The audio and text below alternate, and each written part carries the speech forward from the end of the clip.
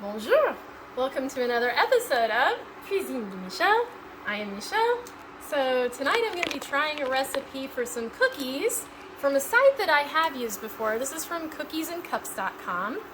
And these are going to be salted browned butter chocolate chip cookies.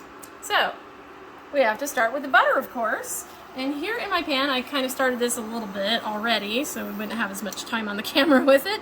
But we are melting 2 sticks, which is 1 cup, of salted butter here in the pan on medium. So we're gonna let that get all melty here.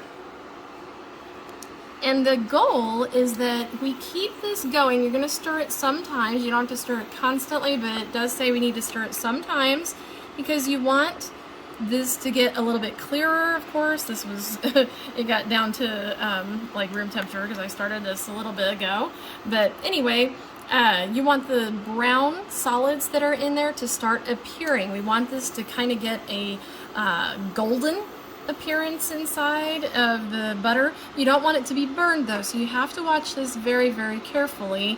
Don't go past medium heat. Okay, so this is starting to boil just a little bit, and you are supposed to have boiling, but you shouldn't have it like exploding out of the pan or anything. But again, watch. I keep getting a lot of foam here, but you do want to be able to see the bottom so you can see if you are getting those brown solids, so you may have to tilt the pan or do something in order to tell. Okay, so you can see what's happening here is that as this boils a little bit more, it's starting to let the foam disappear, and it does say that's actually what's supposed to happen. So keep stirring. At this point you want to stir more constantly so that you don't get any burn spots on the bottom, and eventually this is going to turn a deeper golden-y color. Alright, you can see, hopefully the color is showing up on camera, that we are, it's starting to foam back up, but we are definitely getting in that nutty smell. You can smell and you can see the color changing. We are going to stop this because we don't want to get past that point. And we're going to remove it from the heat. If you look kind of closely, you can see those solids. I don't know why we get so much foam. You can tell I brown butter really often, right? Okay, anyway, I know this is what it's supposed to look like. We're going to take this off the heat, and I'm going to stir it just a little bit until it starts to cool down to make sure that it does not go past where it's supposed to be. But we want this to cool for a full 20 minutes. While it is cooling, we are going to heat our oven to 350 degrees so that when the butter is cooled, then we can go and start baking the cookies. Okay, so this has been cooling for 20 minutes now. You can definitely see the brown solids in the bottom a lot better now that it has kind of calmed down. So we are going to go ahead and add all the ingredients we need to make this into cookie dough. So the first one is 1 cup of the light brown sugar. I don't want this to plop into the pan, so I'm going to try to get it out of there. We go. Like that. Push it down a bit. Yeah, that's better. Yeah. That makes room for everything. And then 1/2 cup of regular sugar.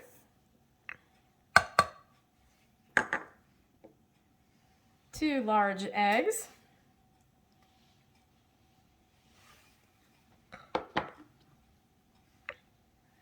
1 teaspoon of baking soda. 1 teaspoon of coarse sea salt. I am using fleur de sel de Guérande. But you can use any coarse sea salt that you like. And 2 teaspoons of vanilla extract.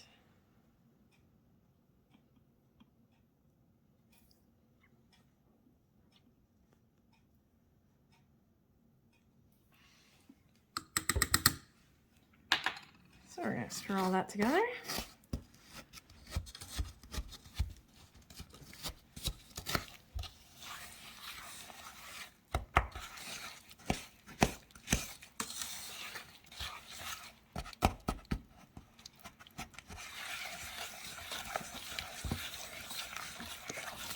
You can see the mixture is very much nicer now.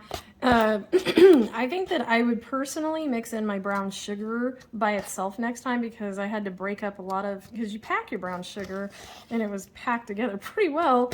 So I think I managed to get it pretty much broken up now. To this mixture, we're going to be adding 300 grams, which is 2.5 cups of all-purpose flour.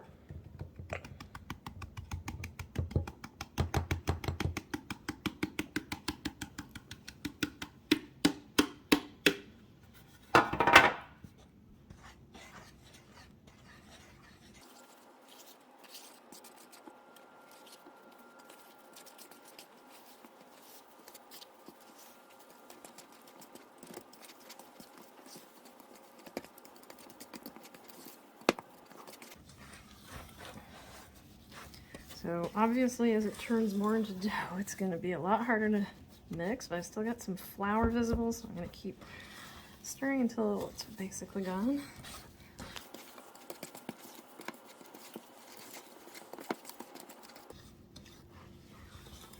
Okay. Whew. That's a bit of an arm workout there.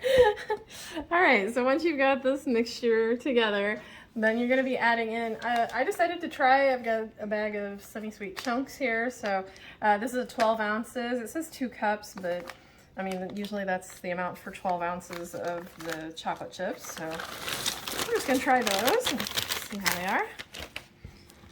Get those stirred in now, because my arm definitely needs some more workout.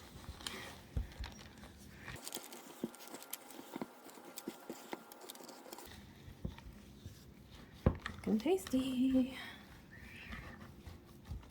All right. Whew. So now that I've got the mixture together, it says to use a 3 tablespoon cookie scoop for this. I do not have a 3 tablespoons, so we're just going to use this one, just 2. We're going to heap it up a little bit. And we are going to be putting these on a parchment lined cookie sheet or baking sheet here. I'm just going to try to kind of mound it up a bit. I don't want it to be too much there. Probably about like that, I think, will be sufficient. Yep, that makes a nice looking scoop. And then on each one of these, just to make it turn out a little bit prettier, I'm going to use some of these other ones that I have a few chocolate chips just kind of hanging around here. So I'm going to put a few extra chips just to make them kind of pretty and decorative when they come out. And we'll space those out pretty good. Since these are a pretty big cookie, I'm thinking we're probably going to space them out about like this, so we won't get that many on this tray at once. And it does say to space them 2 inches apart, and then we are going to bake the cookies for 10 to 12 minutes until they're just starting to be kind of lightly golden and set.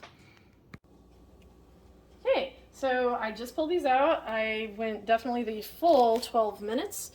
You can see that they do have that kind of goldeny brown color.